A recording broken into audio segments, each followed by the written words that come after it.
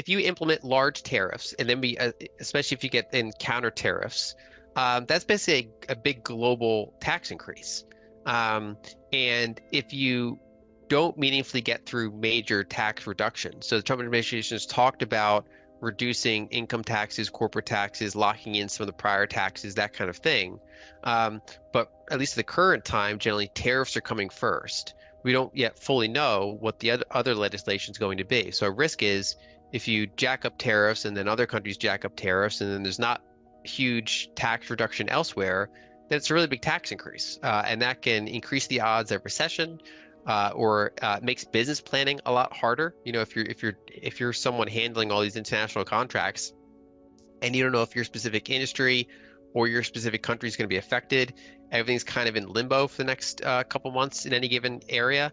It just increases frictions and planning complexity, which can get in the way of kind of like how they want to decrease regulations to make things more efficient.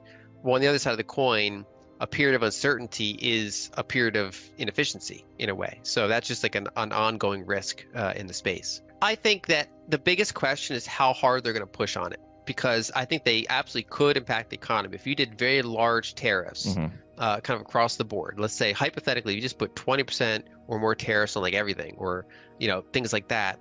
That's a pretty meaningful tax increase. And most like any one thing could be changed pretty easily, domestic versus international. But when you're moving entire supply chains, so all the electronics that are made in China and all these other things made in other countries, a lot of them are energy intensive things to be doing. A lot of them are toxic, the rare earth metals and things like that. A lot of these are slow moving things that have various complexities and time to reshore. And then they come with a cost because they're not here for a reason. It's generally because they're more expensive to make them here. And so by moving them here, either because of tariffs or otherwise, you're generally bringing them into a higher cost jurisdiction, which then competes with the administration's goal of reducing inflation. Now, there's still other levers they can pull for reducing inflation, like decreasing the regulatory burden, making sure energy is flowing well, that kind of stuff. But so it's not to say that those are impossible, but they are somewhat in conflict, because tariffs are effectively a tax increase. And then even if you dodge the tariffs by bringing things more domestic at scale, not just like one thing here or there, but actually at scale, like moving hundreds of billions of annual production of things more domestically.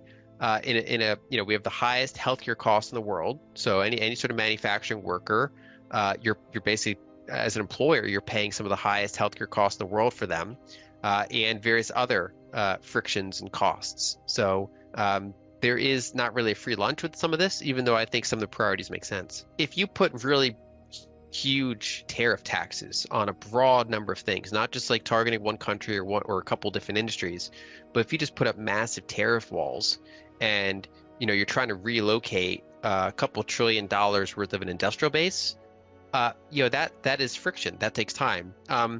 We This whole kind of modern period, like they call it the past 30 years, we've had a bigger than average gap between money supply growth and price inflation of consumer goods.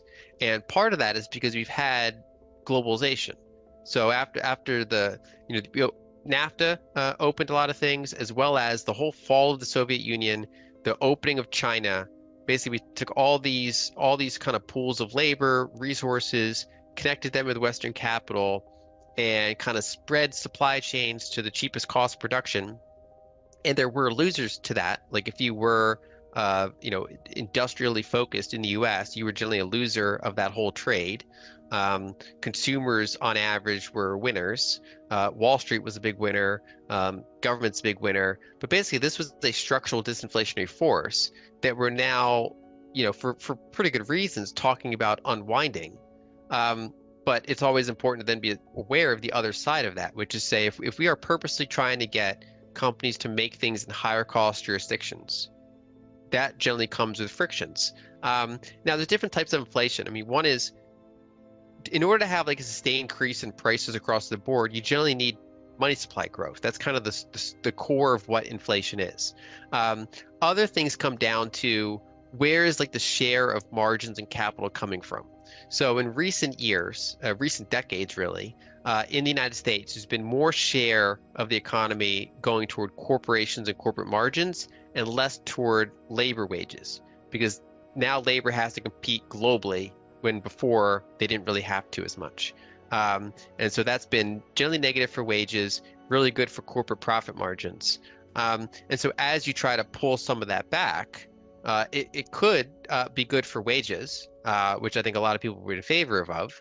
But generally speaking, someone's paying that cost. Consumers are paying that cost. Company profit margins are potentially paying that cost. It depends on the specific tariff, the specific size, substitution options. But generally speaking, you're either taxing stuff that stays foreign, which is higher prices, or you relocate to a higher cost area, which has benefits, but then generally comes with higher prices. So there is potentially inflationary effects, but only if this is done at scale. Not like specific industries or little like small tariff wars are generally not that inflationary. When they do QE or QT with non-bank entities, that does affect broad money supply. So some of that reduction there in 2022 was related to the Fed doing quantitative tightening. Um, and their ongoing quantitative tightening is also somewhat suppressing current M2 growth, but they're by no means the only variable. Other variables include things like how much are banks lending, including the U.S. fiscal deficit and are banks buying it or are non-banks buying it. Those are all factors that determine this. And so you'll generally see a lot of assets were correlated with that over this period.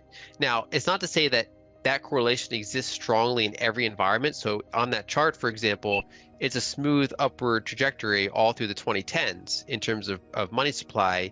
And yet we know there were some pretty big bumps along the road of things that were happening in that time. Like when Powell was hiking rates back in 2017 and then ran into like liquidity issues and corporate credit and then got more dovish. There were other factors impacting that. Also, the 1990s had very low money supply growth, and of course, that was a very good time for U.S. equities. That was like the peak bullishness, peak demographics, pretty high monetary velocity, so the economy is doing a lot of work with that money. And so it's not to say that that is the only variable that matters across time, but that especially in an environment where fiscal's running hot. So loose fiscal policy, generally stimulatory fiscal policy, but then tightening Fed policy.